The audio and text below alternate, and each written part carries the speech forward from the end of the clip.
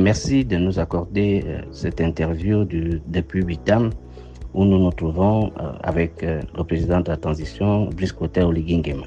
Le président de la transition, Brice Clotaire Oligui Nguema, vient de procéder au lancement officiel du projet d'interconnexion des réseaux électriques entre le Gabon et la Guinée équatoriale. Quel est votre sentiment? C'est toujours un sentiment de joie, de satisfaction et de fierté que j'éprouve chaque fois que le président de la transition trouve une solution aux problèmes auxquels les Gabonais sont confrontés au quotidien. Cette convention énergétique signée avec un pays ami, la Guinée équatoriale, est une réponse concrète aux besoins énergétiques urgents d'une partie du Gabon, en l'occurrence la province du Haut-Rhin, qui souffrait d'une insuffisance criarde d'énergie. C'est une preuve de plus du pragmatisme du président de la transition, Brice Clotaire Oligui Nguema, qui continue de faire le choix de poser des actes au lieu de se livrer à un concours de rhétorique sans impact réel sur la vie des Gabonais. En s'appuyant sur l'expertise et les ressources du pays ami qu'est la Guinée équatoriale, le président Brice Clotaire Oligui Nguema démontre son attachement à l'intégration sous-régionale et met en lumière les retombées positives de celle-ci. L'interconnexion des réseaux électriques entre le Gabon et la Guinée équatoriale sera donc nécessairement bénéfique pour les deux pays. Que vous inspire donc cet accord qui semble indigner certains Gabonais et quelles peuvent être les retombées pour la province du Haut-Rhin et pour le pays tout entier?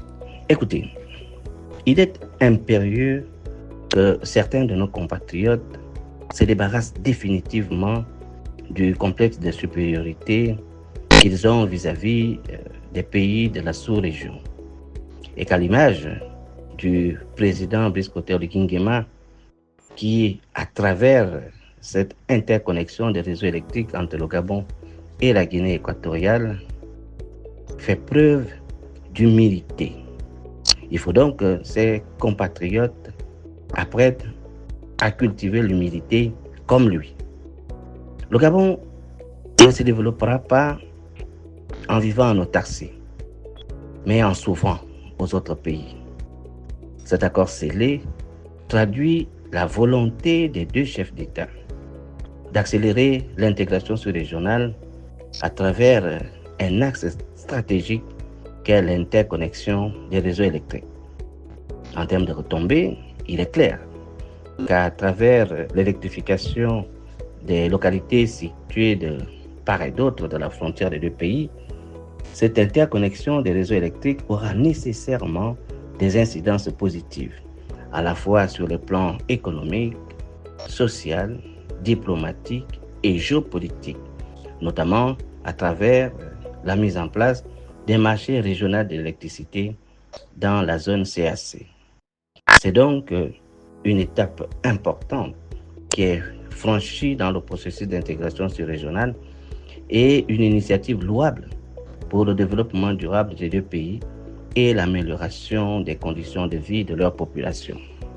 Quel regard portez-vous sur Brice Clotaire Oligui Nguema à travers ce projet?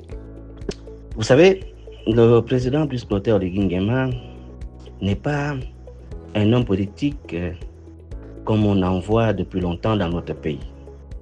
C'est un homme d'action et de rupture. À travers ce projet ambitieux et courageux, Brice Clotaire Oligui Nguema se démarque de son prédécesseur en apportant une solution concrète au déficit énergétique dans la province du Haut-Rhin et partant dans le pays tout entier. C'est ce courage, ce pragmatisme et cette volonté sans cesse affirmée d'apporter des solutions aux problèmes quotidiens des Gabonais qui font de Brice Clotaire Oligui Nguema l'homme de la situation. C'est aussi pour ces raisons que le peuple gabonais l'appelle à se porter candidat à l'élection présidentielle du 12 avril 2025. Une dernière question, M. Raoul Ovono Abessolo. Le président Brice Clotaire Oligui Nguema sera-t-il candidat? Cher monsieur, le président Brice Clotaire Oligui Nguema est celui qui a redonné de l'espoir et de la fierté aux Gabonais. Et leur a permis d'entrevoir ce à quoi le Gabon rêvé par nos ancêtres peut ressembler.